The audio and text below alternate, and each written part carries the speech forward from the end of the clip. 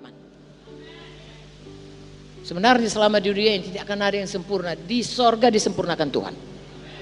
Ya, bagaimana mungkin sempurna kalau masih ada setan? Pastilah itu akan ini. Tapi stepnya makin hari makin sempurna, makin hari makin sempurna, makin hari makin maju.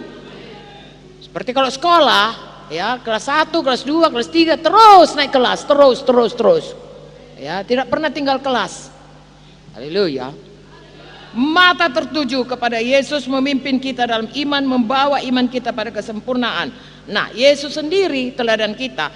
Dia sendiri dengan tekun, ya, mengabaikan kehinaan, tekun memikul salib, ganti sukacita yang disediakan bagi dia. Saudara pun begitu. Ya, dalam beriman itu kita beriman ayolah apa tidak. Ya, iman itu melihat itu sudah jadi. Haleluya. Jadi saudaraku, kita harus berjalan dengan iman. Ya, Tuhan Yesus dia lihat itu. Dia lihat kita selamat hari ini. 2000 tahun yang lalu. Dia tanggung itu. Ganti, kan saudara baca, bukan saya yang bilang, ganti sukacita. Dia sukacita saya dan saudara selamat. Makanya dia menanggung salib pun dia sukacita, dia beriman. Kita pun begitu. Apapun yang saudara hadapi dalam pelayanan saudara, dalam gereja saudara, bagaimanapun jemaat saudara, saudara berjalanlah dengan iman dan maju terus, fokus, jangan melenceng.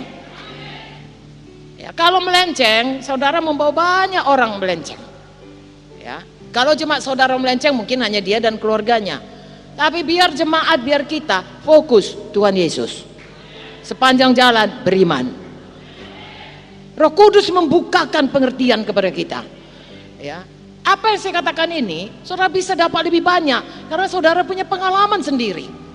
Lalu khusus untuk saudara, Tuhan berikan kepada saudara revelation, pewahyuan, cocok bagi saudara.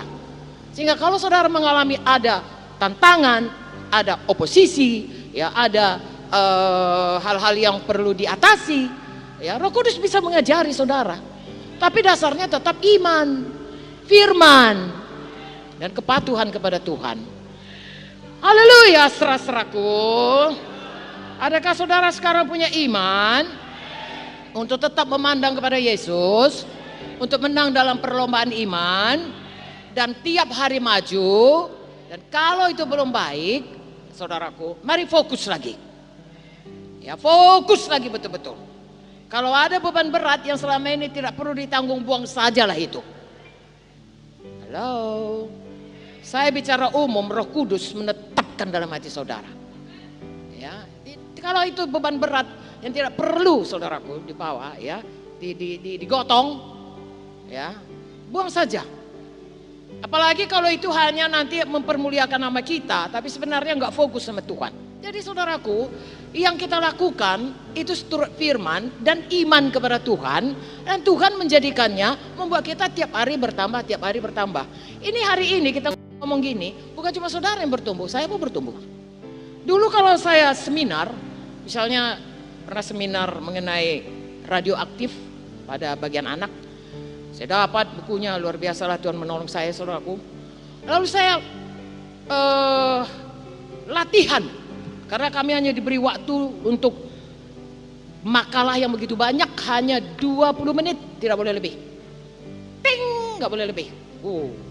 Saya habis-habisan saudaraku, saya pakai tape recorder, saya baca, saya buat seolah-olah saya sudah seminar. Ting, 30 menit, potong lagi, bikin lagi 24 menit, potong lagi, sampai 20 menit, kurang 20 menit.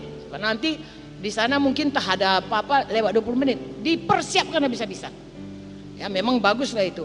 Kalau untuk dunia pun saya begitu. Hei saudaraku, saya lebih sayang sama Tuhan Yesus. Ya, apa yang saya mau katakan kepada saudara? Hidup kita ini goalnya Tuhan.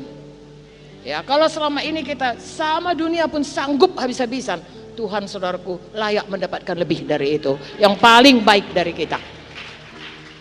Haleluya. Kita baca yang terakhir, ini ayat penutupnya, 2 Korintus 3:18.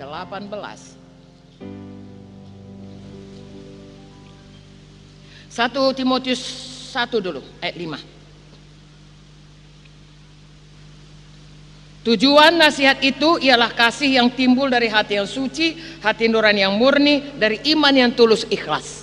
Perhatikan saudaraku, tujuan nasihat yaitu tujuan daripada firman Tuhan hari ini pun adalah supaya timbul kasih dari hati kita, dalam hati kita. Amin.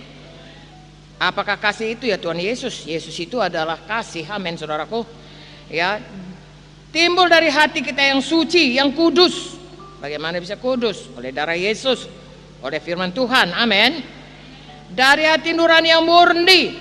Hati nurani murni itu artinya saudaraku, tidak lain di mulut, lain di hati. Begitu di mulut, begitu di hati, begitu dalam perbuatan. Ya, dan dari iman yang tulus ikhlas. Lagi-lagi iman. Jadi jagalah hidup saudara selalu penuh dengan kasih. Kasih saudara membuat saudara hidup dalam kekudusan.